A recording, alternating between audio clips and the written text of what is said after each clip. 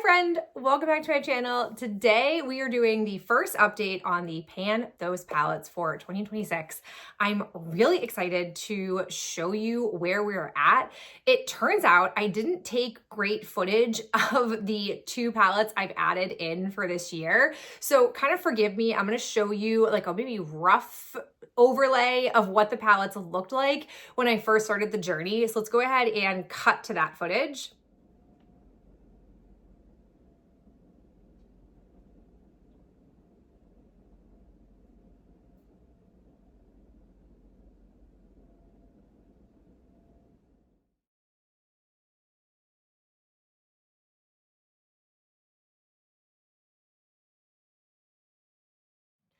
And now let's look at what my palettes currently look like. I'll start with the oldest one first, which is my Shadow Kiss palette.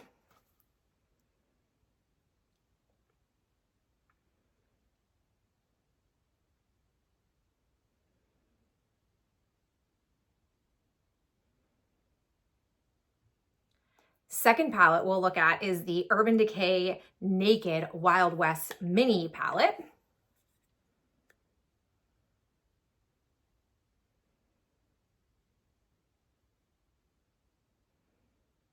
And finally, the LORAC Mini Pro Palette Sparkling.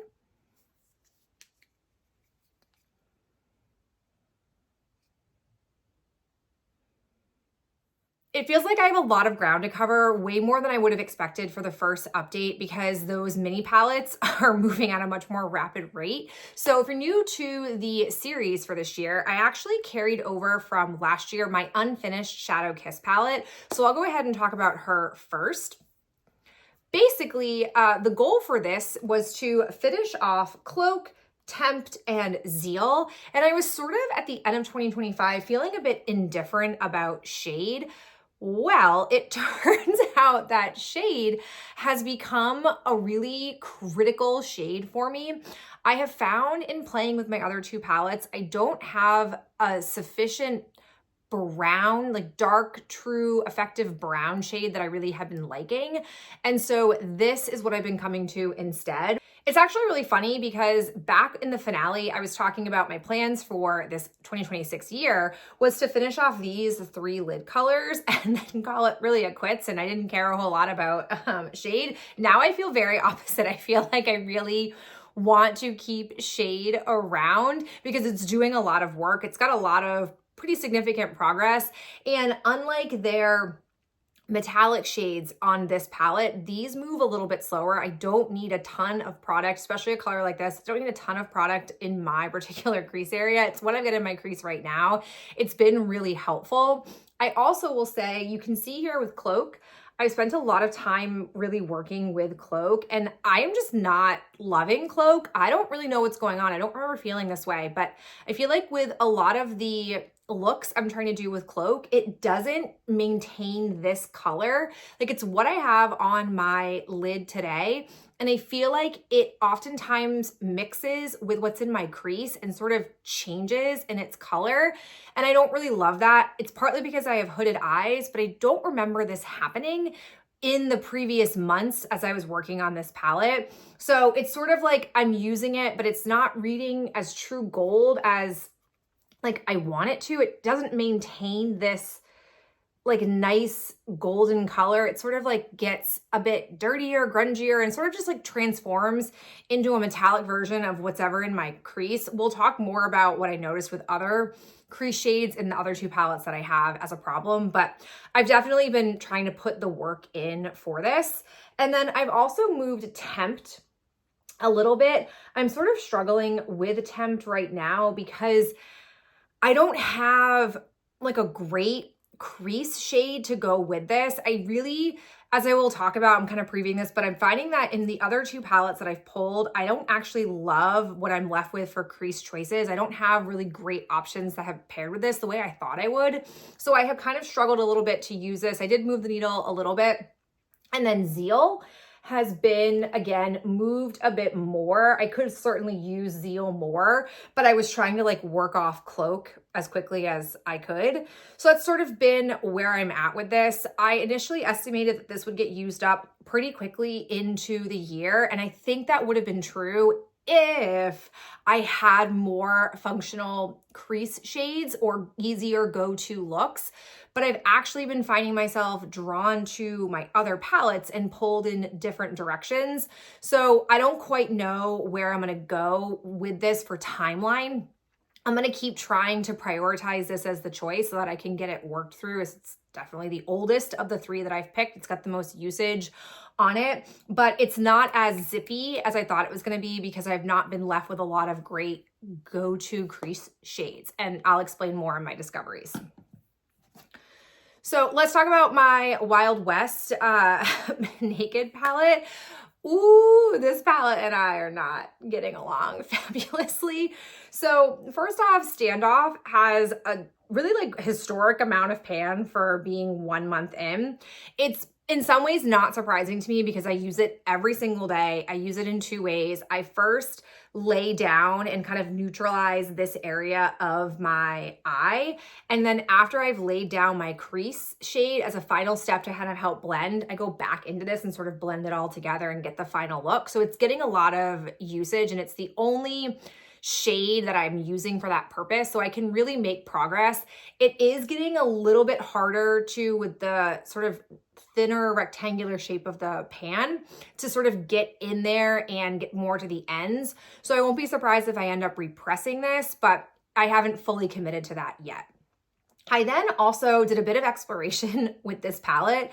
I gave Spur a try in my crease because I thought Spur could potentially go well with either, hold on, I don't have enough hands to be doing some pointing, but I thought maybe it could go with Cloak or it could go with Tempt. It doesn't really, and it's also not a great color for my skin tone. So when I look at this, it doesn't really give a nice look. It kind of gives more of like a orangey vibe, and orange and my skin just isn't the most pleasant. Like here it is. It sort of gives like bad fake tan look, and I don't love, it's not very flattering in there. So I'm kind of at a point where Spur has been eliminated from my desires to use it now that I've explored it, which is not great in a small palette like this, because we already talked about how Bud I was never going to pan. That's not a shade I would go to enough to be able to pan it. And also I technically have shades like this in my, I think it's called the High Tide Teal Color Pop palette that I have. It's all those types of colors. So now we're down to just 4, but like it gets worse. I've also played with Whiskey a bit, and this looks like it's going to be a nice sort of color for me, but it pulls a bit more red, and I like a more true brown on my, again, my complexion with my hair. And so like we're sort of down to here in this particular section. And again, it has sounded pretty negative so far, but I have to say Cowboy Rick, ooh, I like Cowboy Rick. This is a really pretty, oh yeah, that's a really pretty silvery-esque lid. And I do love to have like a nice shiny lid color. And if you mix this with any kind of liquid medium to make it, again, even more vibrant, it just pops beautifully. Love Cowboy Rick. And I'm sure if I go back in time, the things that really drew me to the palette were these 3. And there were probably more in the larger version that I was really drawn to, but I just sort of was like, well, this is a good compromise, and maybe didn't fully think through that it's really not a good compromise if it doesn't have enough of the shades that I'm going to love. So I've really evolved as a makeup consumer since buying this palette. And then Rustler, I haven't really dipped into because it's too similar to what's in my Shadow Kiss, and I really just want to focus on Shadow Kiss. So my time with this palette is certainly going to be short-lived because I'm only at this point committing to panning 2 shades, and the rest of the palette, at least these 3, we're going to say goodbye to. I am not a use it and suffer kind of makeup person.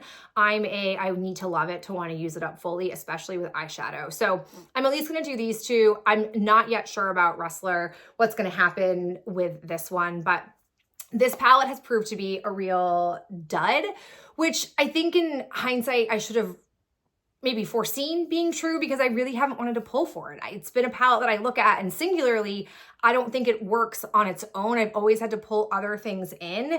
And when push comes to shove, there just aren't enough great shades for my skin tone and hair coloring. Okay, last palette, our smallest palette, is the LORAC Mini Pro, Very Mini Pro Sparkling Palette. This, as a reminder, in this middle shade, I already had pan. I widened it a little bit, but unexpectedly, I got pan really quickly here. My complaint with this palette, it's a lot of complaints, this video, I apologize, but it's being real with you.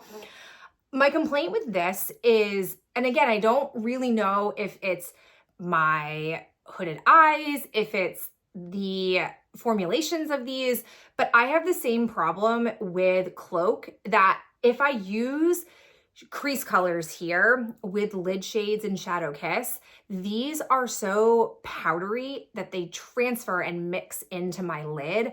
I don't remember that being a thing that I dealt with my ColourPop That's Taupe palette, and that was where I was pulling my main crease shades.